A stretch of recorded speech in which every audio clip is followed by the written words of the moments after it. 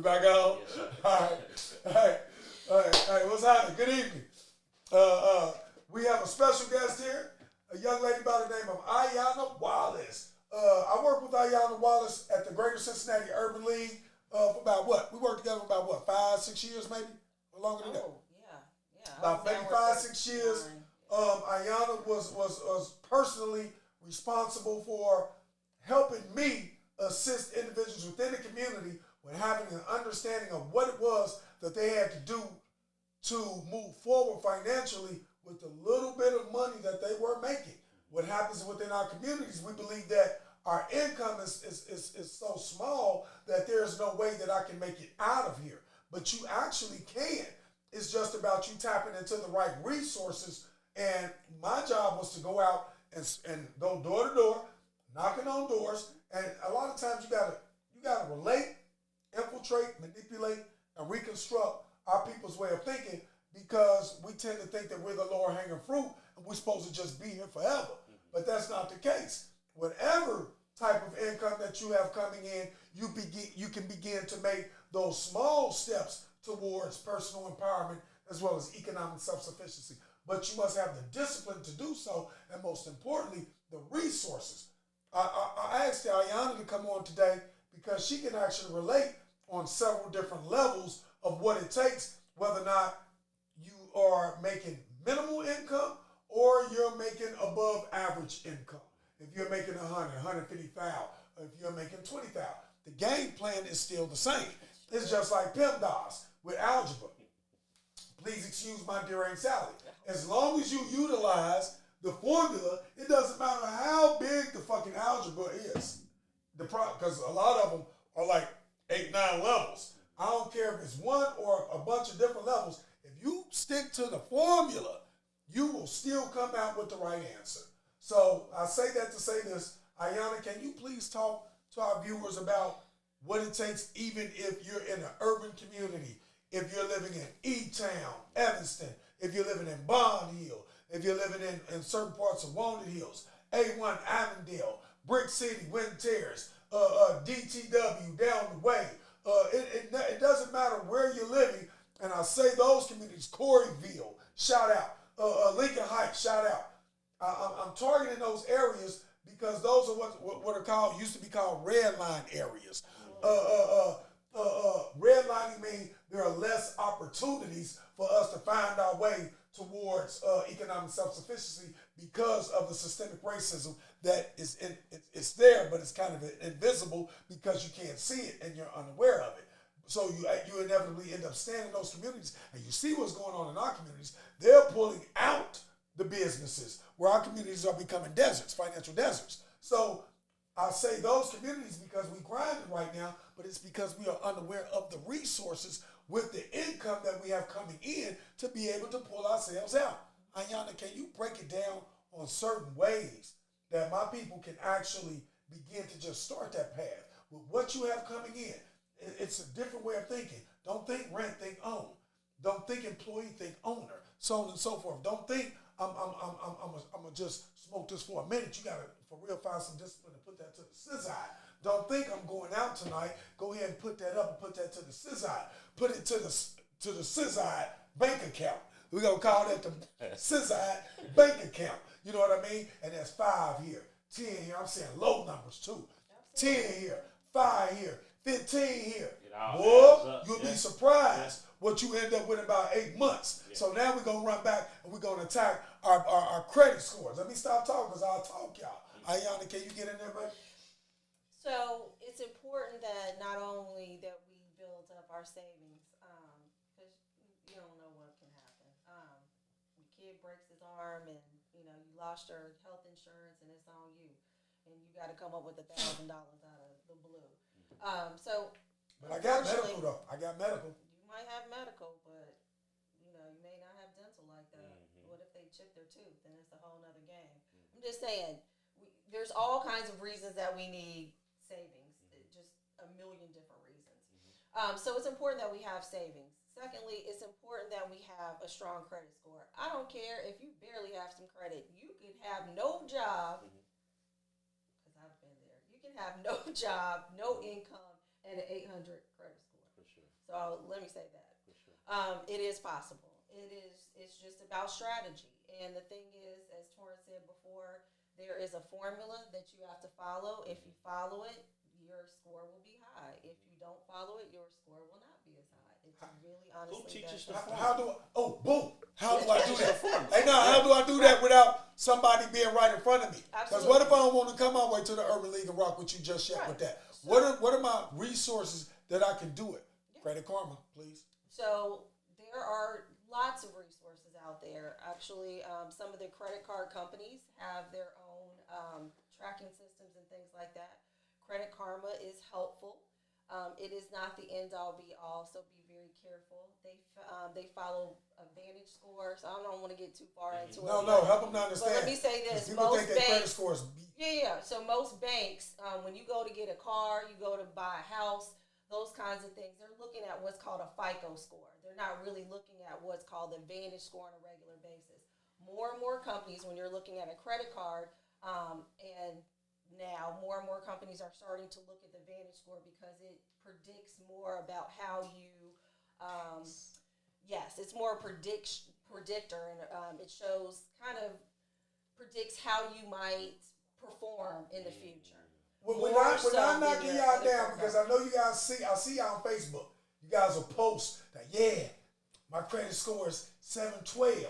And it has the Credit Karma right there, right? Right. And so they're like, my credit score. No, look, we're not trying to knock. Your credit score did right. It very well may be that. Keep up the good work. But they're averaging it, right? TransUnion, Equifax, Experian, they all have different ones. Correct. So when my people see that. So they all can be very different. So when you go to purchase a home, they look at what's called the middle score. It's the score that's in the middle of the other ones because one will be higher than the other one will be lower, and one will be in the middle, and that's the one that they usually look at. So, your credit score goes from 300 to 850. The higher the score, the better. You want to stay high. All of these things said, budgeting is very important. Money management is very important. That sounds all good, but how the hell do you do that? Where am I didn't learn about that. Where am I supposed to pick this up? I saw TikTok, they be lying half the time. Sometimes YouTube don't tell you the right thing. Where am I supposed to get this information from? Exactly. So you get it from a credible source. You have places like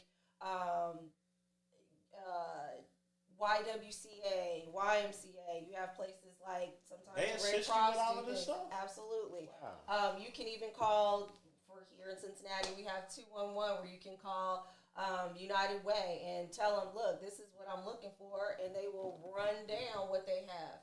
You can actually do a Google search. I'm looking for financial counselors for free, or financial coaches for free, or financial help for free.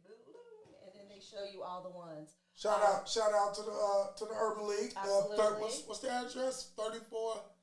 3458 Reading Road. There you go. That sounds right. And I know y'all bugging like, he done forgot already. He done resigned already. Done forgot our address. Right. My bad, but Hey, I've been gone for a little while, so. Yeah. The Urban League, go. It's right there. It's centrally located. They can assist you with those processes. I'm sorry. Go ahead, Ayanna. No, absolutely. And so there's other resources all around. Community Action Agency. There's a ton of different places, and community action agencies are throughout the country. Very credible places. You have HUD.gov, where it's Housing and Urban Development. It's the government's website. You can look for housing counselors, and that's not just I need a house. It breaks down all the financial things for you. So when you look at that, you look for a housing counselor, they'll be able to help you with all of your financial needs. So you're saying, look, I want Section 8, but I want to buy a house one day too. There is a Section 8 to home ownership program. There's all kinds of stuff, but how does it work? So if I'm on Section 8, you mean to tell me that I can go to a program that will actually show me how to get prepared to actually buy my own property? Yes, but let me say this. Does that deal with FHA? Yes. Usually they do deal with the FHA. What does FHA stand for again? So FHA is a federal loan.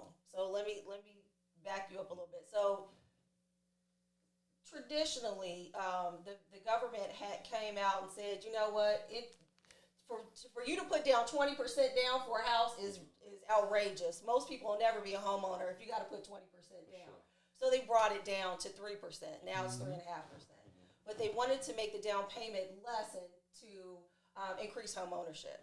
So really, that's kind of FHA does that, but it also can be a more expensive loan over time. I'm not going to get into all the nuances, but let me say this. Yeah, we don't No, want let me that, say this. we want them to Let do me say this. FHA. What I want you to do is conventional. That means you don't have to worry about a government loan. You can get any loan from any bank, any place. You don't have to fall back on the government loan. Hopefully, you don't buy a home and put down the minimum of 3%, 3.5%, or get a no money down loan. A lot of us, there's a lot of veterans and things like that where they don't have to put money down. Just because you don't have to doesn't mean that you should. You need to put money down. What that means is when you put money down, that's equity. Equity is what you own. The liability part, the loan, is what you owe. So the more money you put down, the more you own. So if you don't put no money down, you don't own nothing yet until you start making payments. And what normally happens when you first start making those payments is interest heavy. You paying interest mostly, and principal is what the actual money that you really borrowed, not the interest of it. So that principal, a lot of times you pay just a small portion of it as part of your payment. The big part in the beginning is structured for your interest. So what does that mean? So if you stop paying the loan, they got their interest back, and then you still owe for the damn loan. Exactly. So that's how rich people get rich. So the thing is that there's strategies that a lot of us don't know, but these financial people are trained to help you for free, that you can sit down and work with. There's home ownership center. There's working in neighborhoods. There's all kinds of wonderful organizations that are out there that can help you, Easter seals, and just different places that you can sit down with, talk with someone, and and get your finances right. And it's private. Let me say this: let me say that you come in the office with a financial advisor, financial counselor. You leave. You saw your baby's mama in the hallway. She now sits down with them. They cannot tell nothing to nobody about what you talked about. Really? Or you can sue them. That's completely unethical, and you absolutely can sue them. That's financial liability on them. So no. And we, make sure that you understand. We don't read the fine print. And I know we're not attorneys, but we almost got to kind of be like one now. You got to read that fine print on everything that you do. These cell phone companies are out of control, and they are trapping people crazy. I mean, it's amazing how many times I look at a credit report and I see thousands of dollars to a cell phone company because they did not understand how the contract works. Booyah. And so you just be very careful when you're signing up for these contracts with these companies that the fine print is crazy. That's what I wanted to say. Yeah, absolutely. Read everything. Hey, I do rental property. I have a thick-ass lease. The first thing that I say, if I plan on renting out the property to you, is read the entire lease.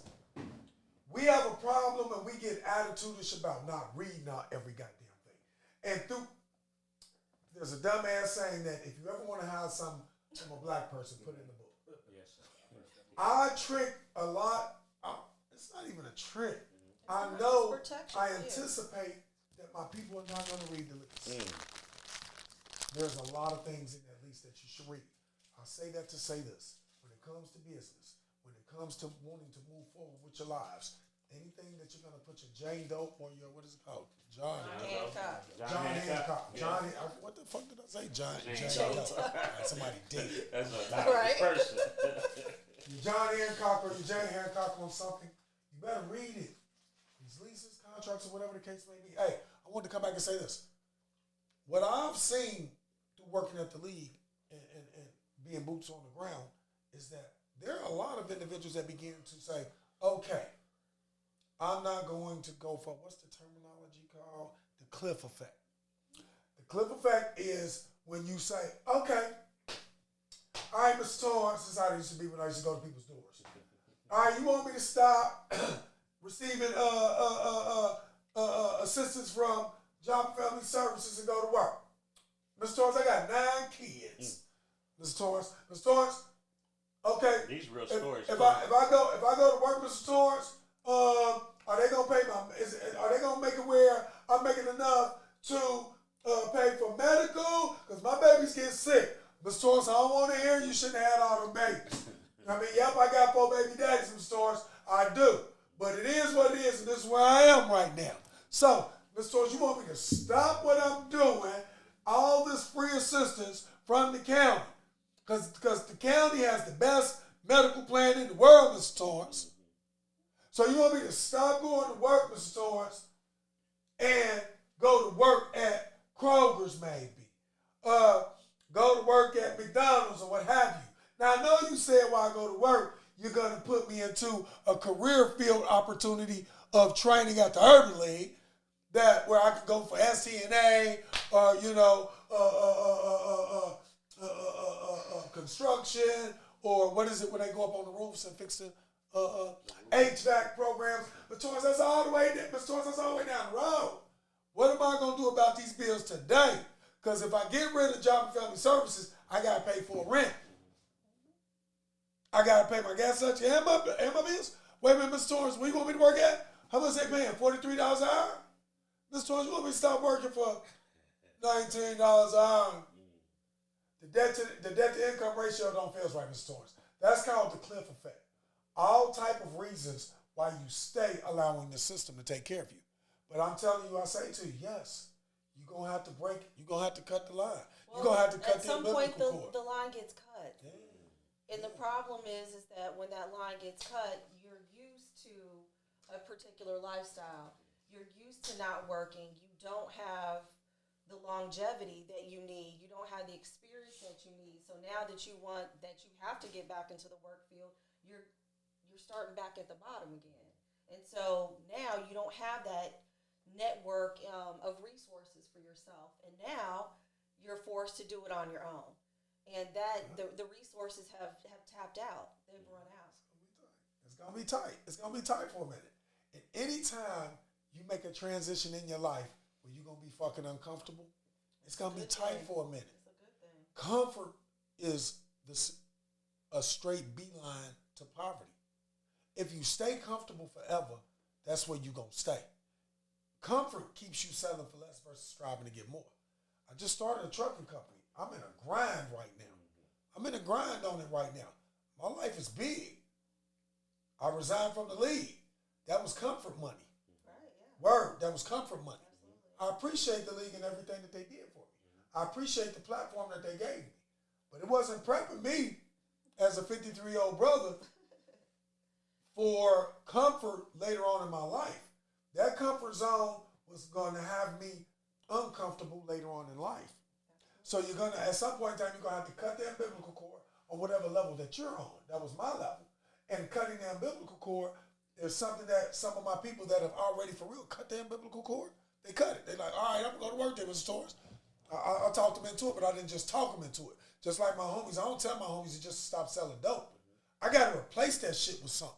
Absolutely. I don't tell my homies to stop robbing people. Man, I got to replace that with something. I got to get them something. It's a different door.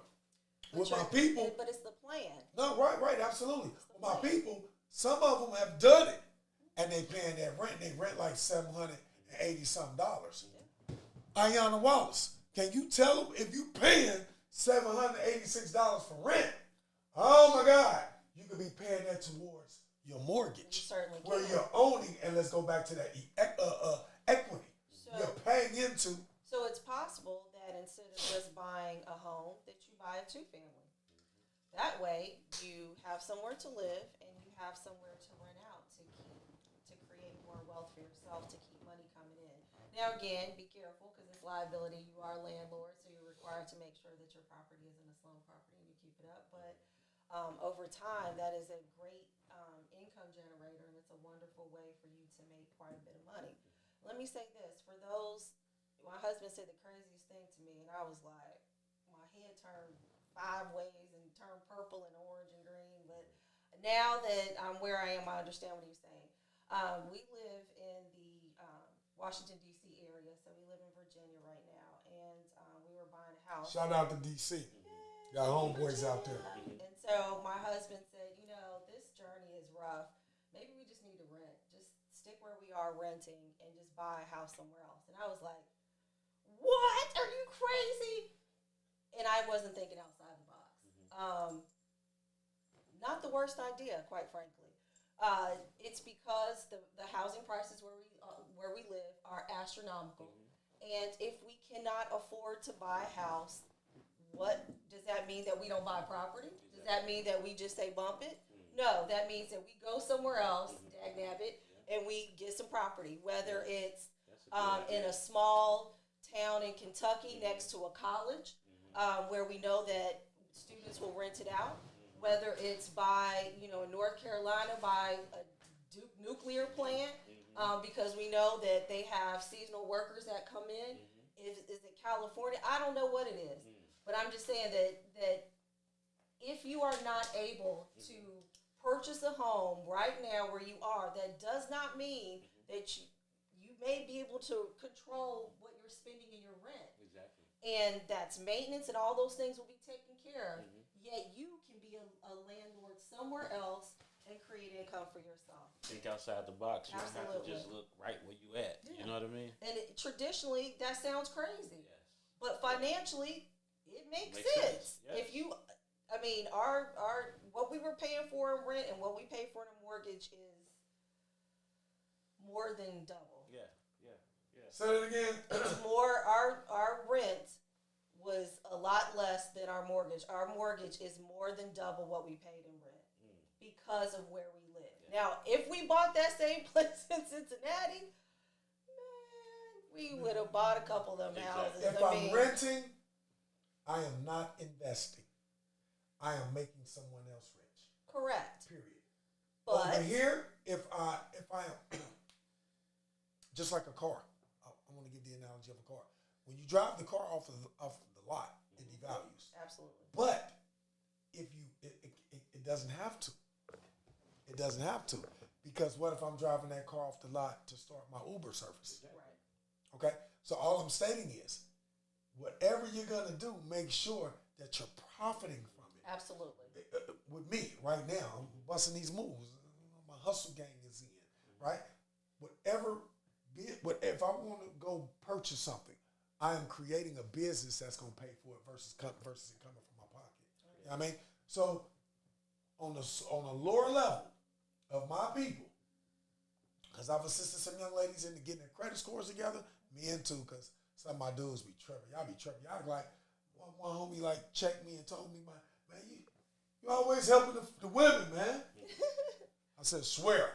You mean the women are the ones that catch on faster? Yeah. Word up. Hold on. Women are Too. the ones that listen. Hold on. I do not mean to sound like a misandrist. Yeah, you fucking with me. So, all it is like right now, we're caught up in a really bad matrix agenda. I'm talking about African American males and my homies from my community, but we snapping up out of it. So all I'm stating is, when it comes to certain investments right now, the women have listened to the point where they were able to go purchase. They got their debt together, the league, wherever I pointed them in the right direction, and they got that together. They put themselves in position to purchase their first home, and they have a car, a vehicle, a brand new car. They be texting me, Mr. Orange, I bought my first car, blah, blah, blah, blah, blah, right? Okay, I hear you. But for real, you bought a debt. Yeah, You absolutely. bought a debt. Liability, But I know you working your gig, but it's grind mode. And we sleep when we dead. And that's harsh. That's abrasive when I say that, right? But we sleep when we dead. Yes, you bought a new car and you're working your job, but I'm sorry. Because for real, as of 2 days ago, I only had 3 hours of sleep in 2.5 days. I know I started that trucking company. I know it. Because I'm not the guy that be quiet when I make certain moves. I talk that shit. You know what I mean? I let it be known, like, yeah, I'm busting this move now, and I'm getting bread like this and the third. So y'all been following me on Facebook about the trucking company. I haven't been sleeping. I've been traveling from state to state, so on and so forth. I haven't had any rest. I came my way here to Ohio to fuck with the podcast. This shit got to keep moving. We got to keep moving these machines in certain directions. So with that being said, if you're a sister or a brother, for y'all start talking that shit. If you're a sister or a brother, but I'm talking to my sisters. I got my new car, Mr. Torrance, 2021 Hyundai. Let's say a Hyundai. I'm being realistically speaking. And my car number, Mr. Torrance, is $403. Do those numbers. I don't want to mess with y'all numbers. Do those numbers. Make sure it comes out. But it's subtracting from your overall. So you take that car and you go work for Uber or Lyft. So you can make that little car that was a debt into an income. So you have to strategically find a way that all your debts, how do I turn it into an income? Especially if we're starting off poor. And poor is considered, say what y'all want, I'm poor, me, talking about me. But if I'm only making about 20 to 30 to 40,000, I could be making even 50,000, but if I got 7 kids, I'm still poor. You level that shit out.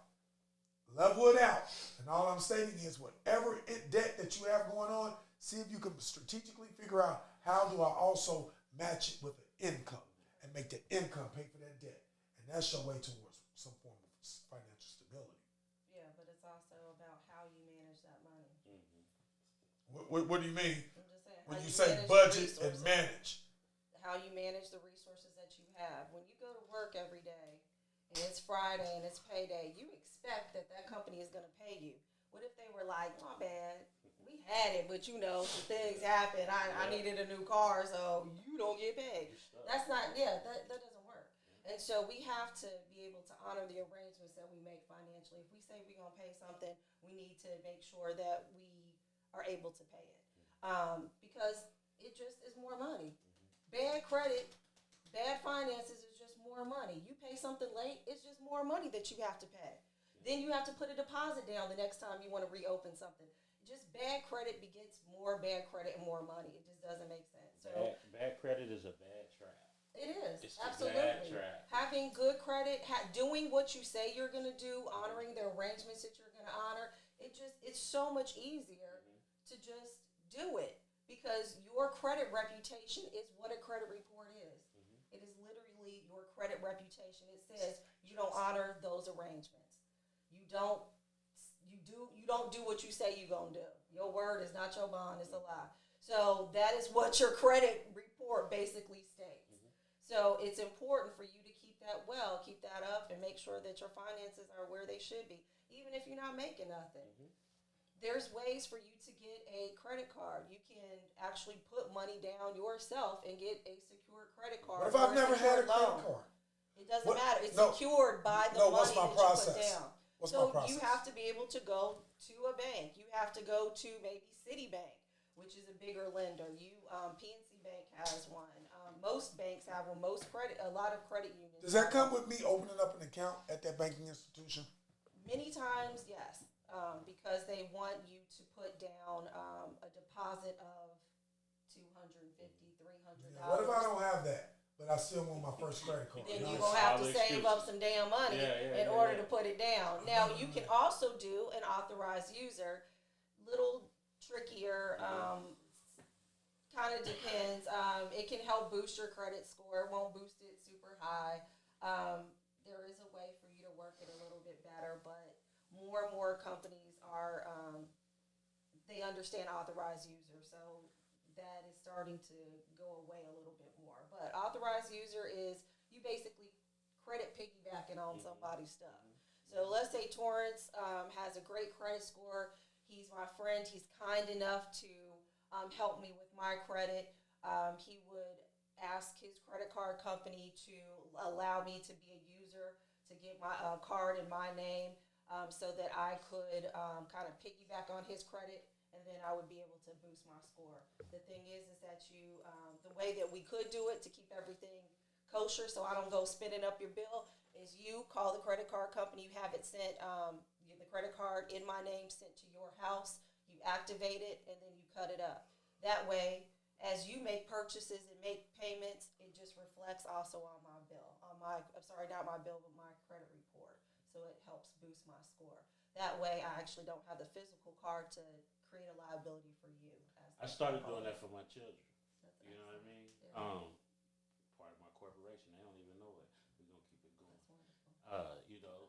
part of my corporation. You know, so when they graduate from college and they come out, you know, they're gonna go in and they got a credit score that they don't even know about. See, that's excellent. You know, that and I didn't know that. Nobody ever told me about that.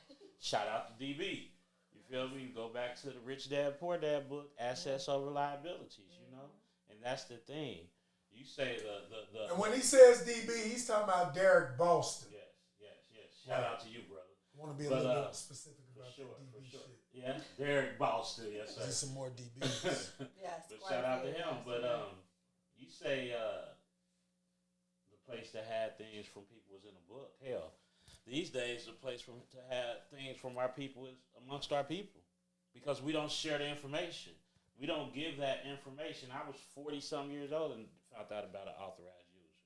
Where little, like what you say, little Jacob, who was the little baby that was born, and the mom and dad sat down when they found out they was pregnant. Wow. They told him at a young age. Absolutely. You know, they told their kids at a young age, right? So the information is out there now. You know, I thought it was interesting. When I go to work, I've always had people say, "Don't share how much you make at work. Don't tell people. You know, they'll tell you get in trouble. Don't tell people how much you make." And it's actually illegal for them to do any action against you if you tell people how much you make. It's completely illegal, which I did not know. They made it seem like it was a liability for you as an employee and you could get fired and all that stuff, but it's actually illegal for them to do that. You have the right and ability to tell anybody what you want about your own stuff. And they can't stop you. And I did not know. The reason that they don't want you to talk about how much you make is because that will be pay equality. If I know how much Torrance makes and he just came in and I'm making a whole lot less than him, that's You mean to tell me it's like a lot? bullshit. Well, you know, I can't say that on camera. Do you remember the story about how I got fired before I got hired? I told you this a million times. No, I mean, I kind of heard that too. But yeah. And it was because I went out and talked about how much I was making. I And somebody heard that too. was there. I heard Remember that. I took their place? Yes, I heard that. So, I didn't know. I mean, it was rumor. I don't know how. Yeah, but yeah, that's what I heard.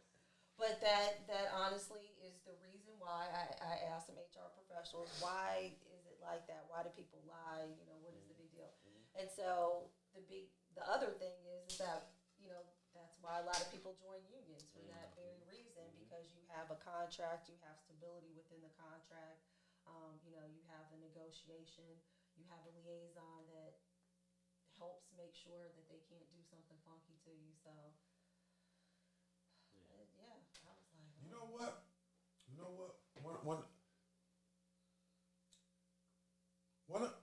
I like to pop it about for myself when it comes to strengths and weaknesses. I want to build on my strengths and pay for my weaknesses. Right? That's my solution. That's my pimp dollars. Right?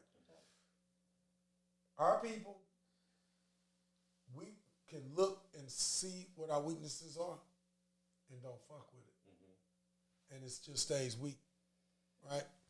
Because if you understand what your weakness is and you see that, but you don't talk to nobody. 12-step big book. I did 8 years in the cage. Some of y'all not familiar, but most are. One of the steps in 12-step big book is admit to yourself, another human being, and God, or Buddha, you know what I mean? Or Buddha, the exact natures of your wrongs. But if you will not hold yourself accountable, it is your biggest fucking weakness, right? Deny. I pay for my weaknesses. I pay for my weaknesses. Data is my weakness. I have a data person for my businesses, right? and that's 'Cause how you it's my compensate weakness. for the weakness. Shout out to Brian Harris. Shout out to Stephen Tucker. B. Harris used to say, hey man, you gonna have to get better at getting this data in here. It is my weakness. It was my weakness in college too. I'm a savage, I'm a gangster. And I can cross over to the other things as far as being able to, what is it called? Code switch? Yeah. Code switch? I can code switch. But if I had the choice, I'm going to pay somebody for my weakness, right? Our weakness as a people is fear of relocating. The money is in relocating. Absolutely. You so solid comfortable in your position, staying where you are, it has become a weakness. We have to relocate out of our communities. I'm sorry. Come back some motherfucking time, and don't let the babies be no excuse. Because whatever's taking place here, you found out that if I move to this district, my children will be able to go to a 4-star elementary or whatever the case may be. Because within our communities, unfortunately, they're giving us young teachers, and they look young, and the kids are not respecting them properly, and they're not as purposeful as well as passionate. So they're not going the extra mile with our babies, which inevitably leads to other stupid shit. But I don't want to go down that street. I want to stay on the financial education street. So, but if you relocate for a better job, if you relocate for better education, if you relocate for better housing, you will find it because the shits is everywhere. Don't be scared to get up and leave with your babies. Dude, I'm sorry, homies. This is not being a mandarist. I'm just speaking pragmatically. The homies, we moving product. And she there by herself. And so 9 times out of 10, you might get knocked, man, for 2, 3, 4, 5, 6 years if you don't become a confidential informant. Not going to trip on me about that, but it's the reality of the situation. A lot of you homies being confidential informants. So either way it goes, you're not assuming the role that you're supposed to assume with the children. So I say to you, sister, because the system favors you, because you're the one with the apartment and getting the stamps and the Section 8 and so on and so forth. Yeah, it's eligible for men, but all the women are getting it. But hey, baby, don't just chill right there. Leave. You can talk about the cliff effect, but if you get out of your comfort zone and say, I'm going to be uncomfortable, come on, y'all. Because we bouncing around from house to house anyway in the communities. Why not bounce from a different state to another state to go from making $16 an hour at McDonald's to making for real $33 an hour at McDonald's? Because they're giving that paper to people that's working at McDonald's in Virginia. I know because I pushed through that joint. So you relocated? You say you was here. Was it hard for you to relocate? Well, I got married. So you got married. That's not even fair for me to be like, you. yeah, absolutely. I get you. But there was a time where I did go to Thailand to teach English because I wanted to do something different.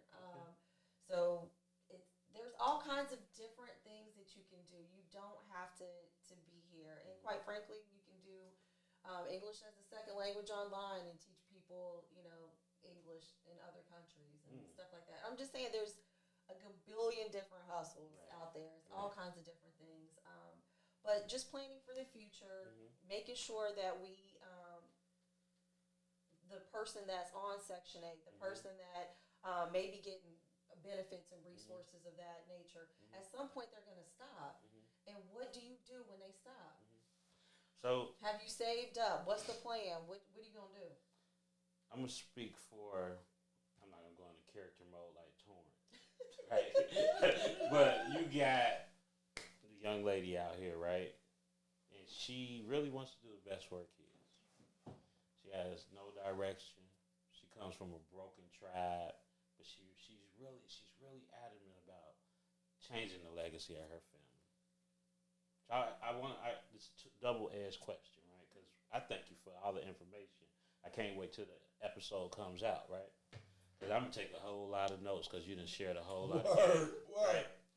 So you got the girl over here, right? She wants to change the legacy of her family. And then you got the guy over here. He's tired of hustling. He has all this money. He loves his family. He wants to be here for him. What's some steps? Because I'm thinking it's probably about similar steps that the young lady over here should do and the young man over here should do, just to change the direction of his tribe. So, or her tribe. Quite frankly, if I was a young man and I wasn't really working, I would tap into my resources if I could. I would find an estate attorney, and I would talk to them about making sure that my money is protected for the future for my children. Whether it's opening up a trust, making sure that my children are the beneficiary of that trust, and making sure that the money that I've accumulated is protected. For sure. So the state attorney, and I'm just asking because I won't know.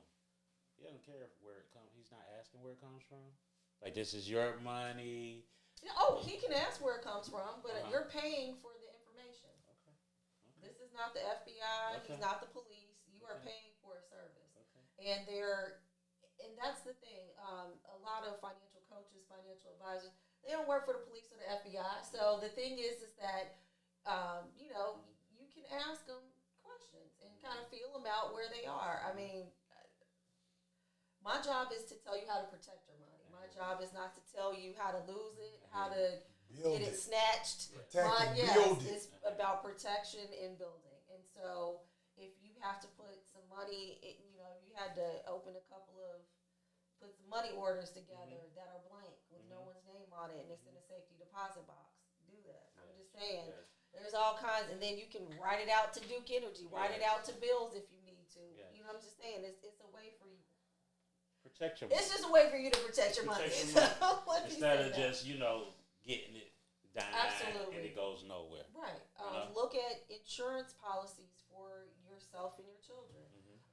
And there are two. Come on. Can you talk to them real quick? Talk to them real quick about term life and whole life insurance. Both are great, but can you? So term is literally for a specific term, 10 years, 20 years, 30 years.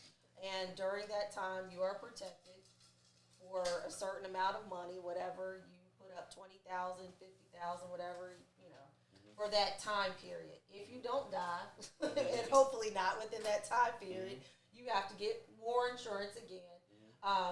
Let me say this. For those of you that don't have life insurance, the longer we wait to get it, many times it can be more expensive. Yes. Are there cheap insurances? Yes.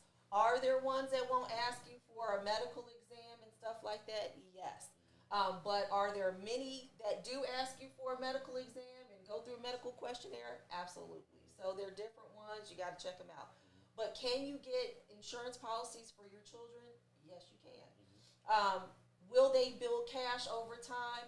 Not term, but whole life can, because the whole life you're paying a certain amount for your entire life. So it's possible that it can build cash value after a certain time.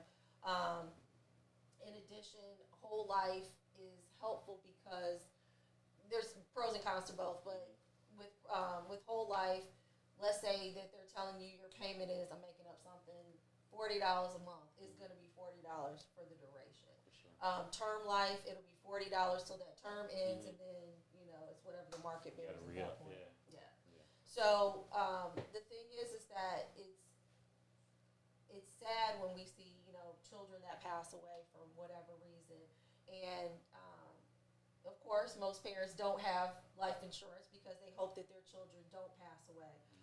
And it's not, life insurance is not to bury someone only. It is not a death benefit.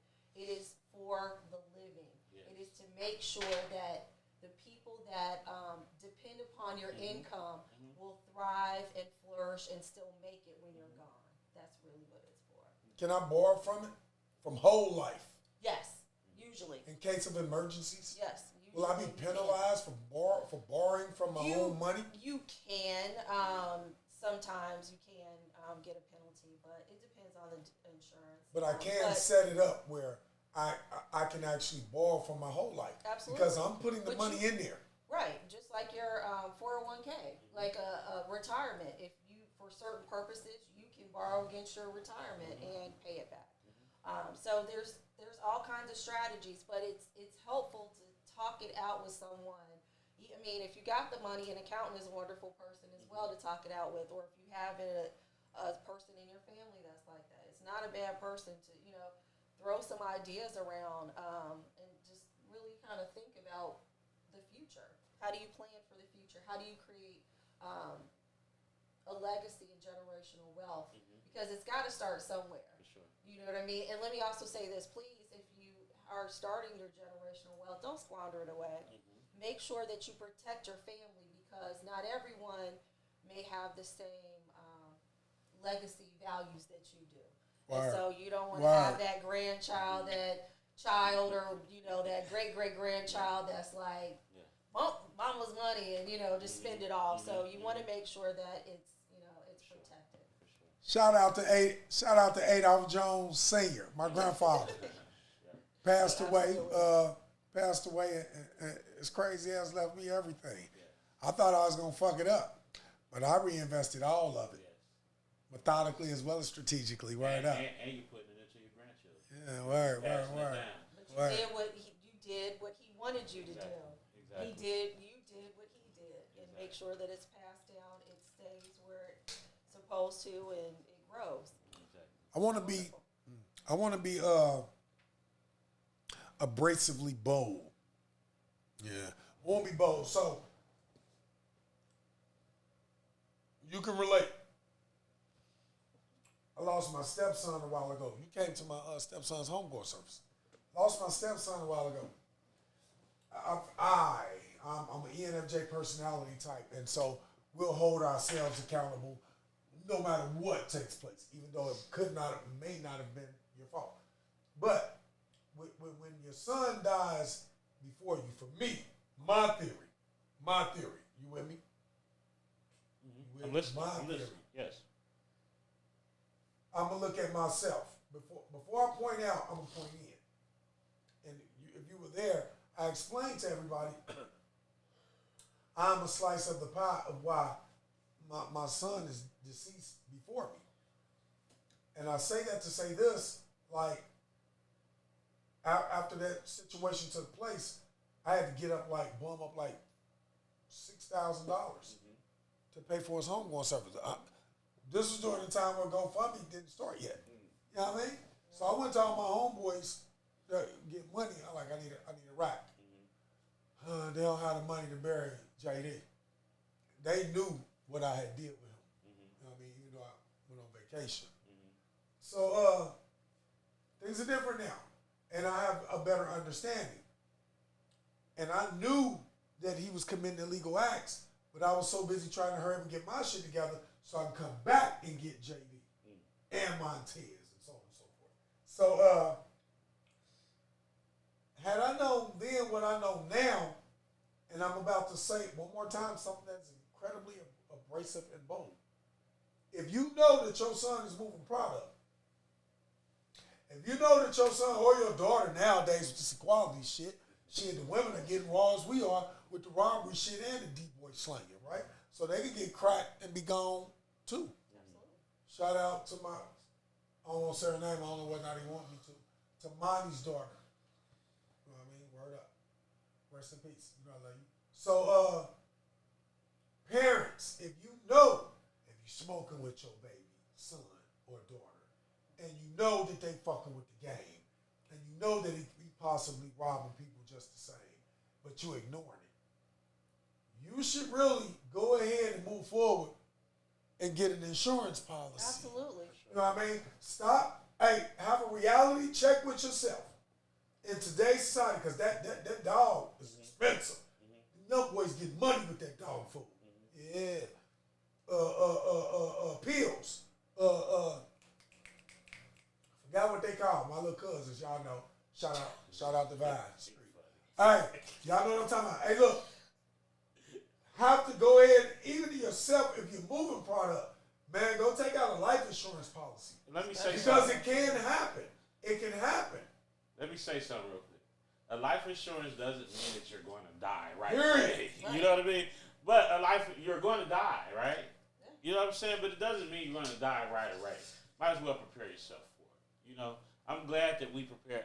I'm not glad when my ex-wife came to me and said we had to take a life insurance policy out of my kids. Right. Because I was not expecting for any of my kids to die. But unfortunately, my son was taken away through murder. And we was able to bury him because we had a life insurance policy over him. You know? We didn't have to go around asking, but everybody needs one. And the thing is, especially if that person has a child or children. Yes. It's not just to bury them, but you want to make sure that their children have something to be able to make it.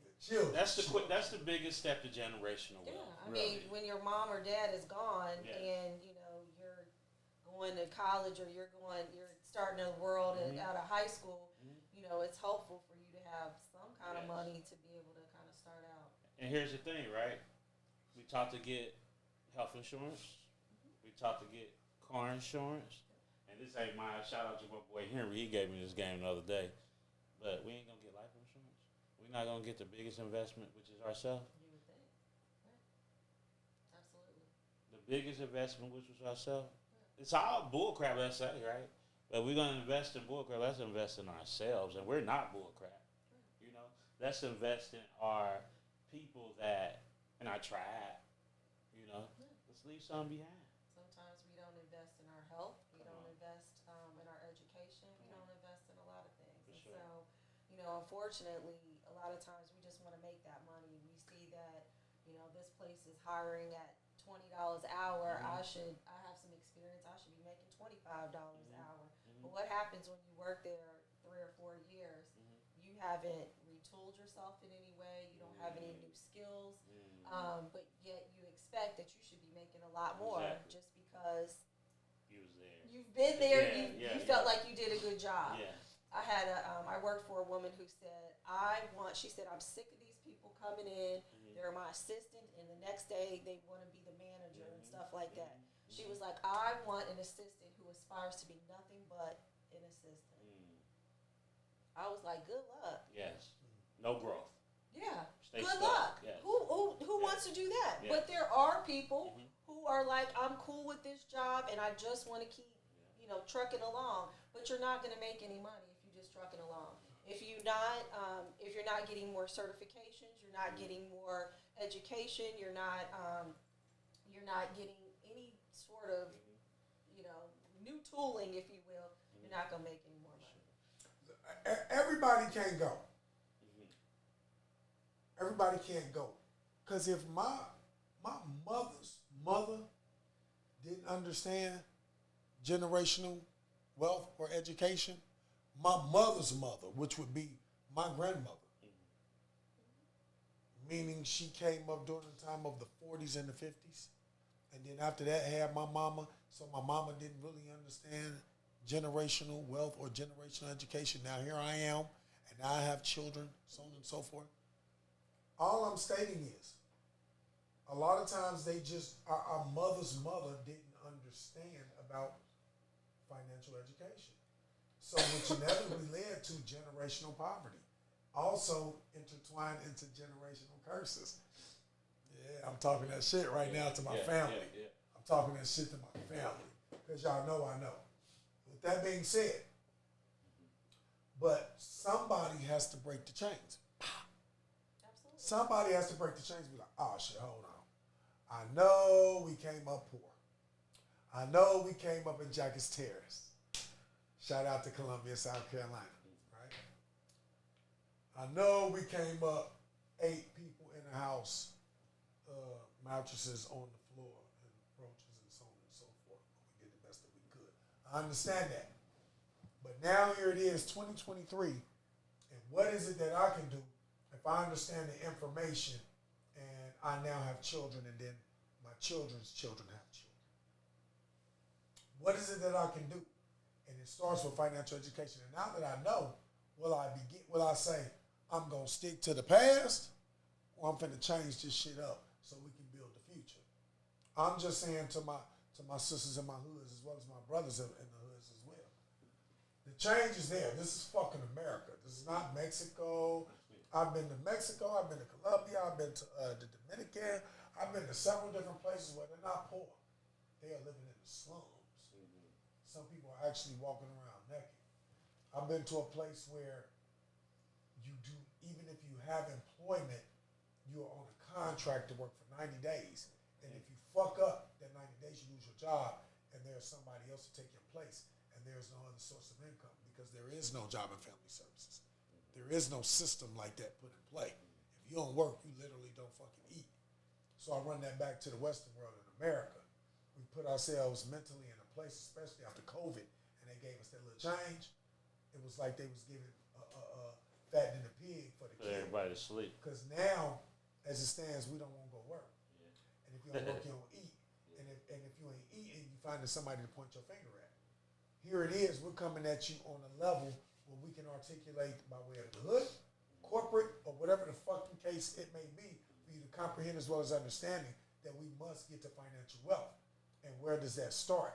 It starts off with being uncomfortable. Uncomfortable. So uncomfortable deals with stating, I'm not going to be like those that came before me.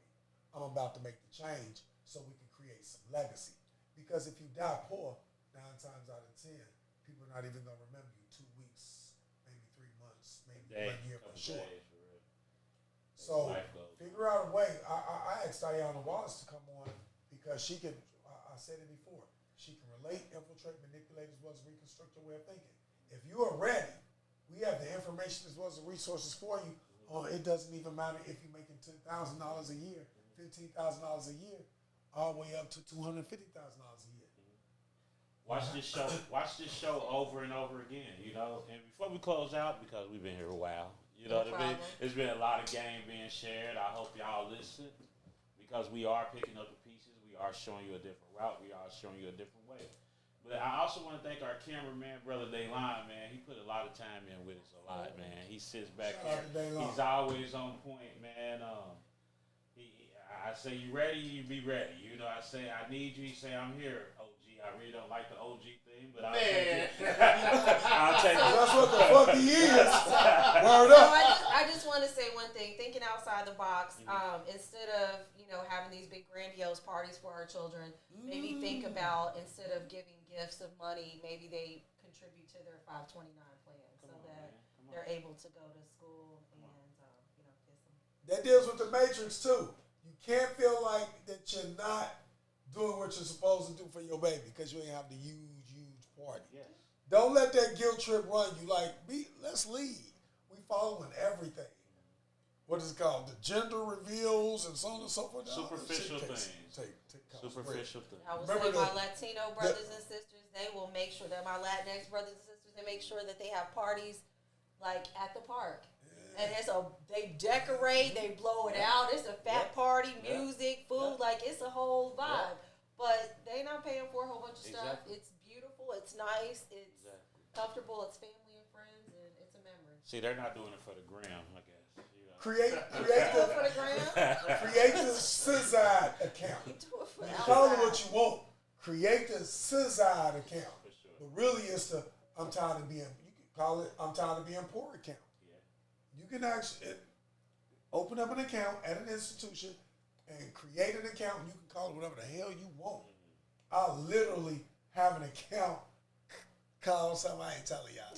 I got an account called something, but it's the path that I'm on. Because you can call your account whatever you want to call it. Whatever. But open an account where you put $5 or $10 in there. I'm speaking on this level because I know where we are within our communities. It doesn't matter if it's a bank or credit union. Yeah. Credit union is just non-for-profit. A bank is just for profit. That's really start small, man. It's just like a workout. It's like, okay, I'm about to lose this weight. Don't think about going to the gym 5 days out the week. Start walking. Start off with 2 days, 1 day. Just start small. Don't scare yourself out of opportunity. Don't scare yourself out of ambition. Don't scare yourself. 13-time felony, y'all familiar. And if you don't want to talk to somebody, there's some wonderful apps out there that can help you budget your money, monitor your credit, all kinds of stuff too. I just thank you, Miss Ayanna Wallace, for coming on today. And Ayanna who? Wallace. Sorry. Call that woman Ayanna Washington. I am sorry. That'll be my second husband. Wallace. Joking. I appreciate you coming on, sharing your game. I appreciate you coming on, sharing your game. Thank you, Brother Torrance, for bringing her on. Let's keep honoring our word. Keep watching. Keep following. Like, subscribe, and share. Thank you for your support. That's it, baby. Let's get a picture.